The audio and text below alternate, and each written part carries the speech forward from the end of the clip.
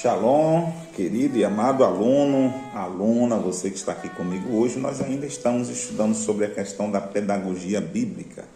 E eu quero começar a aula de hoje falando sobre a frutificação do professor da Bíblia, o mestre bíblico. Eu quero ler aqui com vocês o livro de Colossenses, capítulo 1, versículo 9 e versículo 10. Estou aqui com a Bíblia na mão. Por esse motivo também nós, desde o momento em que soubemos desse fato, igualmente não deixamos de orar por vós e de suplicar que sejais cheios do pleno conhecimento da vontade de Deus, com toda a sabedoria e entendimento espiritual.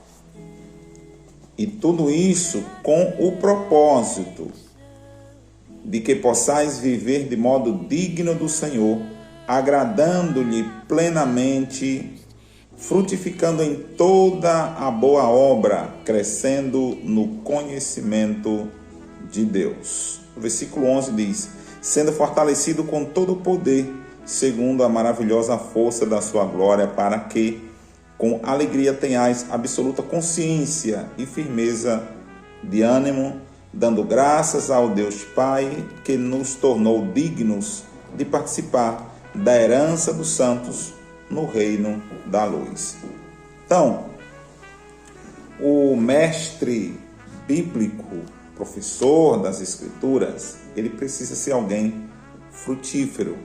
E nós temos aqui um padrão dessa frutificabilidade, ou seja, dessa frutificação desse servo. E a oração, como Paulo está dizendo aqui, é que ele tem orado por essa igreja, a igreja lá da cidade de Colossos, orado por esses irmãos, para que eles sejam cheios do pleno conhecimento da vontade de Deus. E que plenitude de conhecimento é esse? O conhecimento pleno, ele traz aqui um padrão desse conhecimento pleno. Primeiramente, é que se conheça a vontade de Deus, que se conheça o querer de Deus, que saiba exatamente pelas Escrituras o que é que Deus quer. Um conhecimento, ele não é conhecimento enquanto ele é apenas uma mera teoria. Você está aqui conosco fazendo esse curso, já vai fazer há 2 anos. Mas, eu fiz um curso de teologia ali com o pastor Francisco, foi um curso abençoado. Eu aprendi muita coisa.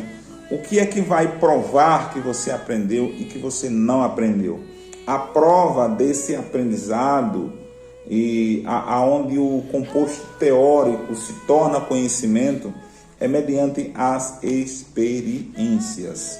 A gente não prova conhecimento enquanto a gente não desenvolve, enquanto a gente não põe aquilo em ação, em prática, porque o conhecimento que não se pratica é mera teoria. Digamos que eu pegasse alguém que conhecesse todos os trâmites legais aí de como dirigir um carro, conhecesse a legislação de trânsito, sabesse como passar marcha, como pisa no acelerador, como acende farol e até mesmo como se comporta ali no volante. Mas essa pessoa chega para você e diga: olha, eu sei tudo isso como funciona, eu já li o Código de Trânsito Brasileiro, mas eu nunca dirigi.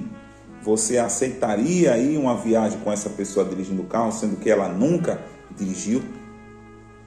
Com certeza você pode até dizer que aceitaria. E aí eu te chamaria de louco, de louca, porque você não estaria agindo de forma correta.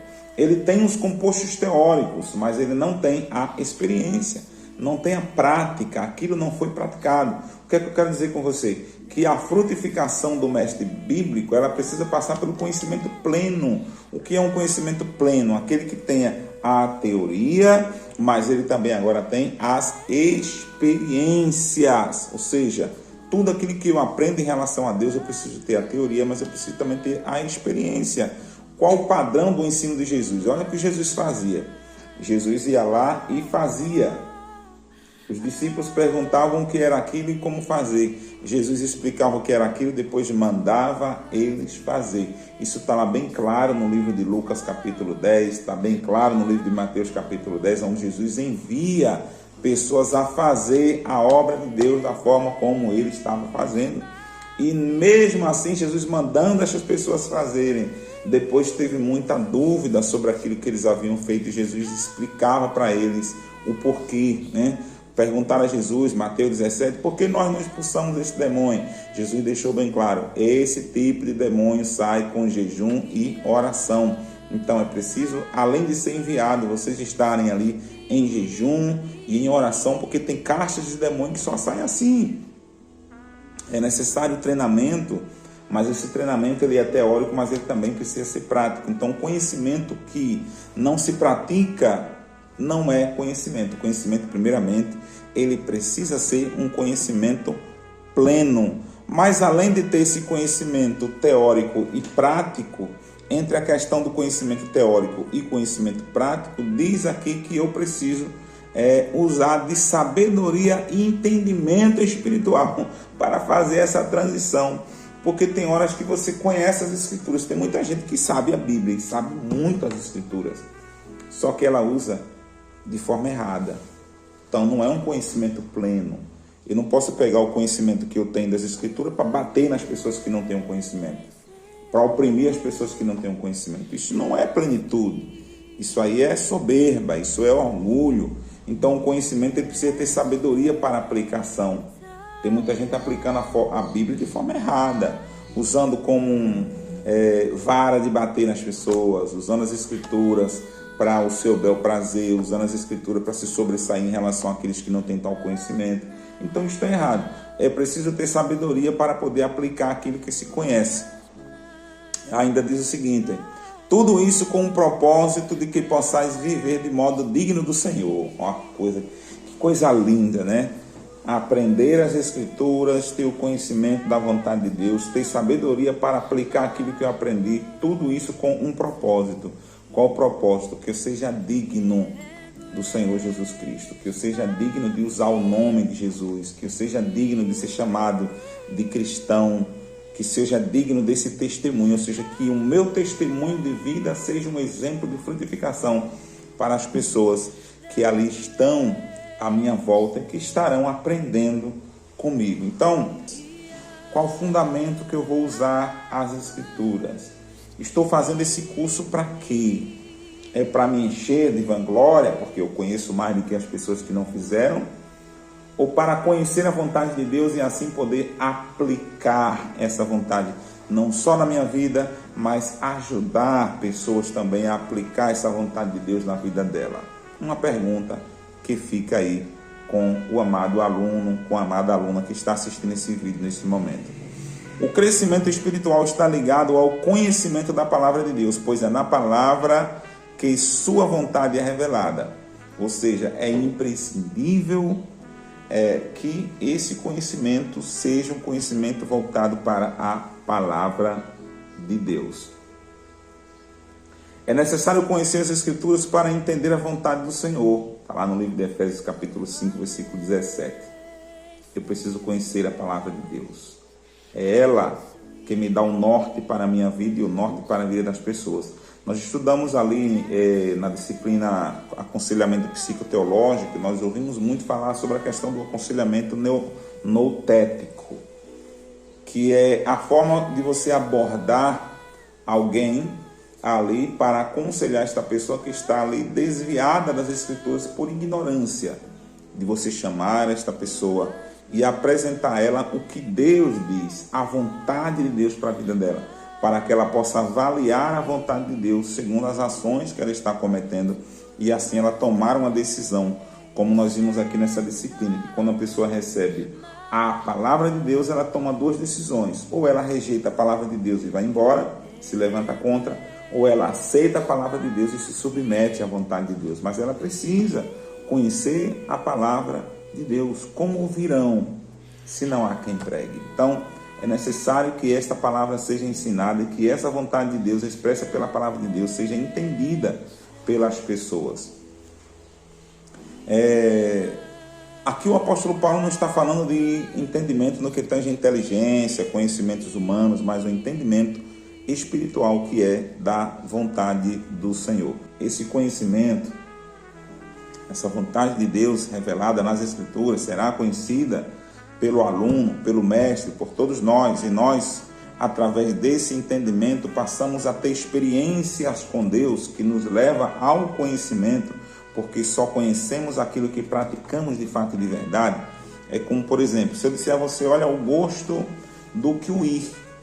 Pastor, kiwi é bom? Você só vai saber se kiwi é bom de verdade quando você experimentar o kiwi.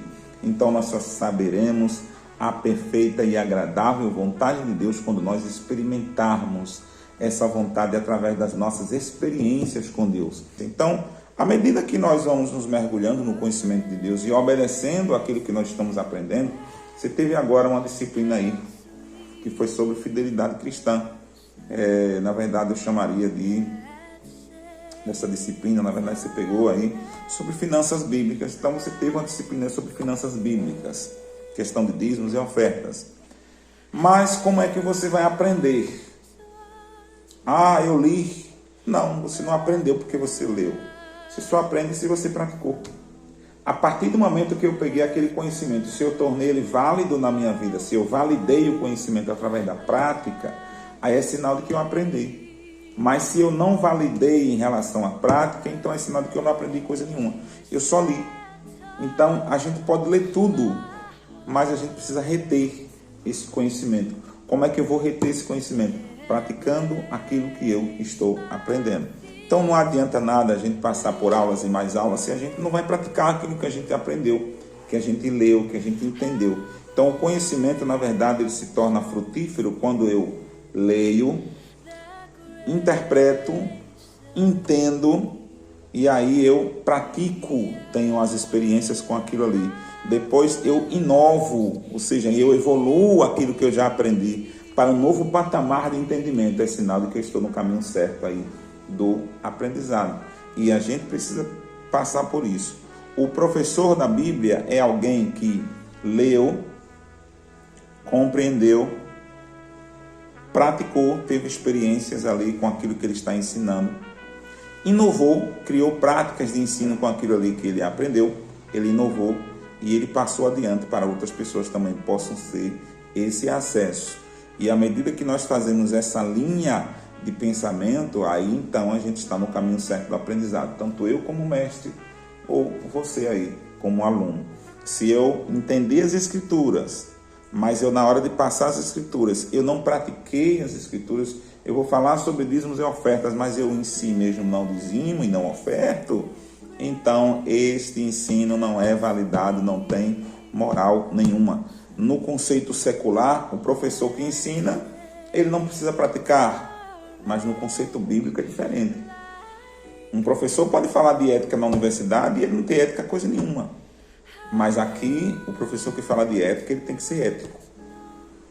Um professor pode falar sobre fidelidade lá, sobre princípio moral, sobre aliança lá no mundo secular, e ele não tem nada a ver com aquilo ali, porque ele está apenas ministrando uma aula.